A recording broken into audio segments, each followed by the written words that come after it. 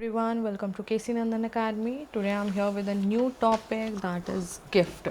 Gift एक somewhere it's a additional topic because आपको specifically दिखाई नहीं देगा आपके उसमें स्पेसिफाइड, लेकिन it's inherent into the Hindu law. ठीक है, ये हम क्यों बात कर रहे हैं? क्योंकि प्रॉपर्टी को आपकी एक ए पर्सन की प्रॉपर्टी है, वो किस तरीके से अपनी प्रॉपर्टी को डिवॉल्व कर सकता है, विद थ्रू पार्टीशन के टाइम पे या सक्सेशन के टाइम पर वह किस तरीके से उसको डिवॉल्व कर सकता है.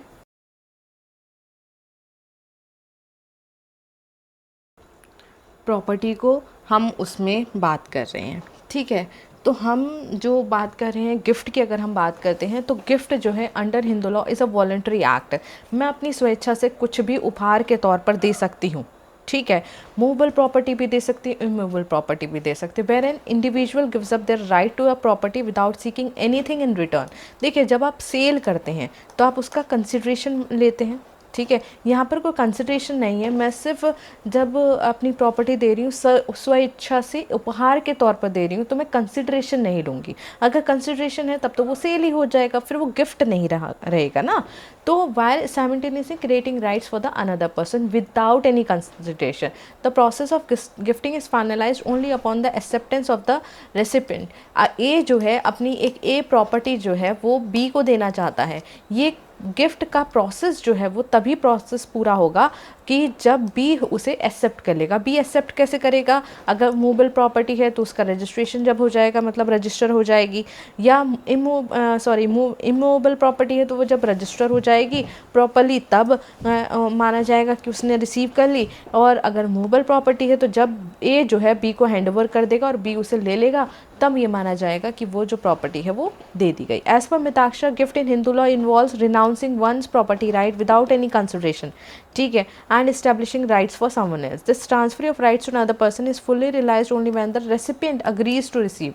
अगर रिसीव नहीं करता है, वो मना कर देता है, बेटी मुझे नहीं चाहिए, आप जो मुझे ये प्रॉपर्टी दे रहे हैं मुझे नहीं चाहिए, और उसे एक्सेप्ट ही नहीं करता, तो वो गिफ्ट नहीं रह जाएगा, क्योंकि वो असेंशियल पूरा ही नहीं हो रहा है.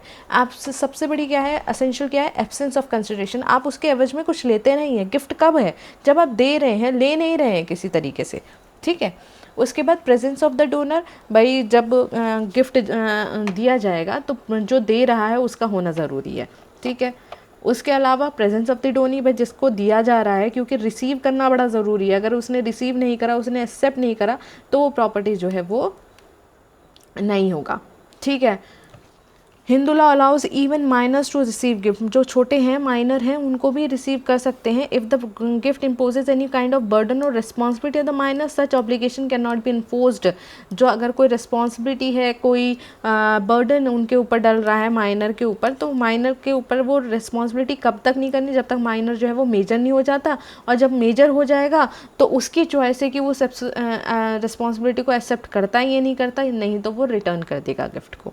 ठीक है, उसके बाद सब्जेक्ट मैटर क्या है, कौन कौन सी प्रॉपर्टी को आप कर सकते हैं? Self acquired property. ए की जो अपनी खुद की प्रॉपर्टी है, सेपरेट और सेल्फ एक्वायर्ड प्रॉपर्टी है, उसको वो गिफ्ट में दे सकता है. स्त्री धन, एक फीमेल की स्त्री धन जो है वो दे सकता है. भाई स्त्री धन में क्या क्या आता है? जो आप अपने घर से लेकर आती हैं, जो आपके ससुराल वाले आपको देते हैं, जो उपहार के तौर पे, जैसे प्रॉपर्टी दे दी, या फिर कोई इमोबल जैसे हार दे दिया, ज्वेलरी वगैरह दे दी, ये सब स्त्री धन में आता है.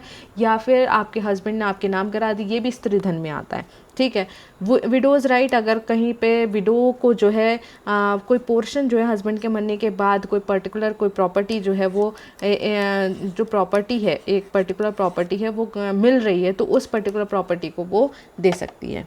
ठीक है, parental authority, parents hold the right to gift their belongings whether inherited और self acquired. However this right is subject to claims of those entitled to maintenance. देखिए, entitled to maintenance in the sense कि ए जो है ए entitle to maintenance का मतलब समझा रही हूँ. ए के पास ये प्रॉपर्टी है. ठीक है, अब ए जो है वो अपनी डॉटर को ये देना चाहता है, लेकिन उसको मेंटेनेंस करने के लिए भाई उसकी क्या कहते हैं, बहू भी है जिसको उसे मेंटेन करना, उसका बेटा नहीं रहा, उसकी बहू है.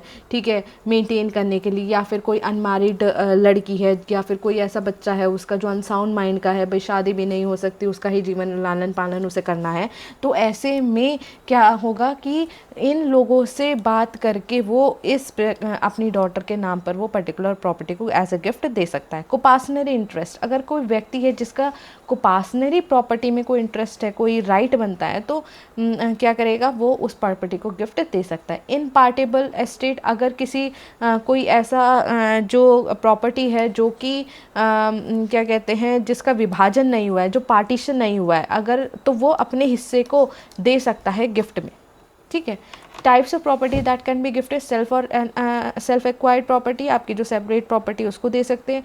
कोपासनरी इंटरेस्ट को क्या आप कोपासनरी इंटरेस्ट को गिफ्ट में दे सकते हैं। तो दया भागा में जो है आप दया भागा जो स्कूल है, अगर आप लोगों ने जब दया भागा स्कूल के वीडियो अगर आप देखेंगे तो उसमें समझ में आएगा कि कोपासनरी इंटरेस्ट एक व्यक्ति का तभी अराइज होता है जब उसका फादर जो है वो खत्म मतलब उनकी डेथ हो जाती है। जबकि मिताक्षरा में क्या होता है कि मिताक्षरा में तो जो क्या कहते हैं पर्सन है, जो पी है, पी के 2 बच्चे हैं, तो जैसे ही 2 बच्चे ये दोनों पैदा हुए ऑटोमेटिकली एंसेस्ट्रल कोपासनरी प्रॉपर्टी में ये बर्थ राइट उनका हो जाता है। जबकि दया भागा स्कूल में इन 2 बच्चों का राइट तभी होगा जब ये पी पर्सन जो है वो मर जाएगा। दया भागा स्कूल ये कहता है। मिताक्षरा स्कूल क्या कहता है, मिताक्षरा स्कूल बर्थ राइट यानी कि पैदा होते ही आपका राइट इन्वॉल्व हो जाता है। तो एक व्यक्ति जो है, क्योंकि इनका भी हिस्सा हो गया ना उसमें, ये भी पार्ट हो गए कोपासनरी प्रॉपर्टी के, तो ये पी पर्सन जो है अपनी प्रॉपर्टी को कोपासनरी इंटरेस्ट को नहीं दे सकता अनलेस एंड अनटिल इसके अलावा कोई और हिस्सेदार है ही नहीं। ठीक है, ये ही एक सोल कोपासनर है, तब तो ये कर सकता है। अगर इसका भाई वगैरह जिंदा है और उनका भी हिस्सेदारी बनती है, या सारी प्रॉपर्टी जो है ये इसी के नाम पर आ रही है, ठीक है, यही सोल कोपासनर है, तो ये गिफ्ट में दे सकता है। Father's right to dispose of the property in accordance to Daya Bhaga, father has the authority to dispose of the entirety of a property through a gift. However, this authority is subject to claims of family members who are legally entitled to be maintained by. आप अपनी सारी property को जो है दया भागा school कहता है पूरी डिस्पोज कर सकते हैं, थ्रू गिफ्ट दे सकते हैं, लेकिन आपको ये क्या कहते हैं मतलब और जो लोग हैं जो कि आपके ऊपर जिनके जो डिपेंडेंट हैं, आप उनसे बात करके आप, क्योंकि भाई आप आगे मेंटेन कैसे होंगे, वो उनका भाई जो वो अगर आप पे डिपेंड है तो ऑब्वियसली बात है उनका कंसर्न रह जाएगी कि आप कैसे मेंटेन होंगे। आप क्या कहते हैं अपनी प्रॉपर्टी को डिस्पोज कर सकते हैं through gift. Female Hindu right to dispose of property, एक female has the legal capacity to dispose all her property through her gift. However, it's worth noting any ancient law में she was only entitled to give her स्त्री धन property. ठीक है, जो उसको स्त्री धन मिला था पहले वो कर सकती थी, लेकिन अब जो है वो अगर उसको हिस्सा भी मतलब उसके हस्बैंड के बाद उसको मिलता है, या जो उसका हिस्सा है, जैसे अब क्या कहते हैं जो भी उसको हिस्से में प्रॉपर्टी आ रही है वो भी वो अपनी गिफ्ट के थ्रू दे सकती है। Widow's right to dispose of property, अगर possess the right gift a portion of a widow's estate, this can be directed towards a daughter, gift या अपने जमाई को दे सकती है। ठीक है, और gift of the immovable property मैंने आपसे कहा था मोबल और इमोबल दोनों दे सकते हैं। The transfer must be formalise through registered instrument, आप रजिस्ट्री करा दें, गिफ्ट डीड बनती है उसके थ्रू आप वो कर सकते हैं। सिग्नेचर होंगे डोनर के, आपके और डोनी के सिग्नेचर होंगे, और विटनेसेस के सिग्नेचर होंगे। जैसे जिस तरीके से आप रजिस्ट्री करते हैं ना एक प्रॉपर्टी की, उसी तरीके से होता है, बस उसमें कंसिडरेशन अमाउंट नहीं है, जो भी आपके जो आपके स्टैम्प पेपर लगते हैं वही उसी तरीके से लगेंगे। गिफ्ट ऑफ मूवेबल प्रॉपर्टी कब होगा, जब आप फिजिकल डिलीवरी कर देंगे उस पर्टिकुलर प्रॉपर्टी की, किसको, जो डोनी है यानी कि जो गिफ्ट ले रहा है। गिफ्ट टू अनबॉर्न पर्सन, जो अनबॉर्न पर्सन है उनके गिफ्ट जो है वो इनवैलिड नहीं है। ठीक है, लेकिन इनवैलिड तो नहीं है, लेकिन क्या करना होगा कि आपका जो ट्रांसफ़र प्रॉपर्टी एक्ट है वो कहता है कि अगर आप अनबॉर्न चाइल्ड के रिगार्डिंग कोई भी गिफ्ट करना चाहते हैं, ठीक है, तो आपको पहले वो प्रॉपर्टी को जो है गिफ्ट देते हुए कि मैं इस फला पर्टिकुलर बच्चे के नाम पर ये प्रॉपर्टी करना चाहता हूँ, तो आपको पहले वो लिविंग पर्सन के नाम पर उसका इंटरेस्ट क्रिएट करना होगा। सपोज़ कि जब आप गिफ्ट डीड बनाएंगे तो उसमें ये मेंशन करेंगे कि मैं ये जो प्रॉपर्टी है वो ए को दे रहा हूँ, इसका जो अनबॉर्न चाइल्ड होगा, ठीक है, इसका जो अनबॉर्न चाइल्ड होगा, या क्योंकि अभी मैं ये प्रॉपर्टी का इंटरेस्ट जो है वो ए को दे रहा हूँ, जब ई का बच्चा होगा तो ए जो है होने के बाद इस प्रॉपर्टी को ई के बच्चे के नाम पर ट्रांसफ़र कर दे। ठीक है, समझ में आ रहा है? तो अनबॉर्न चाइल्ड के डायरेक्ट कोई इनवैलिड नहीं है, लेकिन पहले आपको लिविंग पर्सन का इंटरेस्ट जो है वो क्रिएट करना होता है। अब अगर गिफ्ट हो गया तो फिर क्या ये पर्सन जो है ए जो है उसको बेच सकता है? नहीं बेच सकता, क्योंकि वो जो गिफ्ट डीड बनाई गई है वो अनबॉर्न चाइल्ड के बनाई गई है आपके थ्रू। तो ये जो जेड जो पैदा होगा ना, तो इसके नाम पर प्रॉपर्टी चली जाएगी। तो reservation of life inter validity of a gift is not compromise if the donor reserve the right to enjoy the benefits और profits of the property.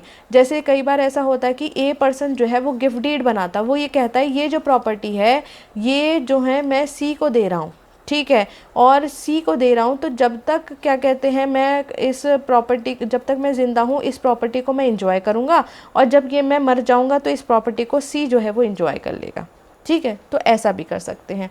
Condition क्या है रेस्ट्रेन करने की, कब आप जो है वो गिफ्ट नहीं कर सकते? In a situation where a property is gifted with a condition that restricts the donee ability.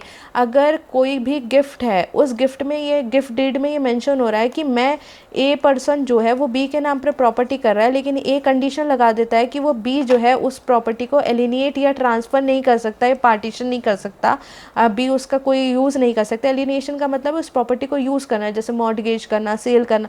अगर उसको यूज़ नहीं कर सकता तो ये जो कंडीशन होगी ना, कंडीशन ये वॉइड होगी। डीड जो होगी, गिफ्ट जो होगा इस प्रॉपर्टी का, ये तो वैलिड ही रहेगा, लेकिन जो कंडीशन है ना वो वॉइड हो जाएगी। अगर ऐसे कोई कंडीशन है जिससे कि वो उसको वो नहीं कर सकता, मतलब बेच नहीं सकता, उसका इस्तेमाल इन द सेंस यूज़ करना एक अलग है, उसको प्रॉपर्टी को ट्रांसफ़र करने की बात जो है वो अलग है। ठीक है, तो जो कंडीशन है ना वो ख़त्म नहीं होगी, लेकिन जो गिफ्ट है वो क्या कहते हैं वो एज इट इज़ चलता रहेगा। अब gift can not once accepted can not be revoked.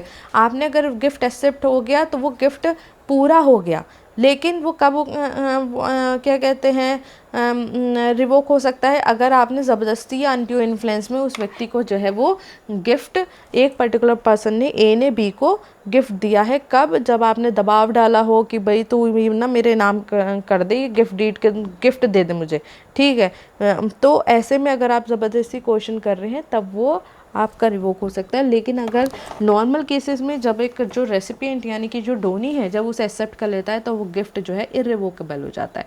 तो ये पर्टिकुलर टॉपिक है आपका गिफ्ट का। ज़्यादातर जो गिफ्ट का टॉपिक है बहुत कम होता है जो बड़े लॉन्ग आंसर्स में आता है, ज़्यादातर वो शॉर्ट नोट्स में आता है। तो गिफ्ट का आप कॉन्सेप्ट समझ गए, जहाँ पर कंसिडरेशन नहीं है, आप जो प्रॉपर्टी है उसको मूवेबल इमूवेबल सबको आप दे सकते हैं गिफ्ट के अंदर।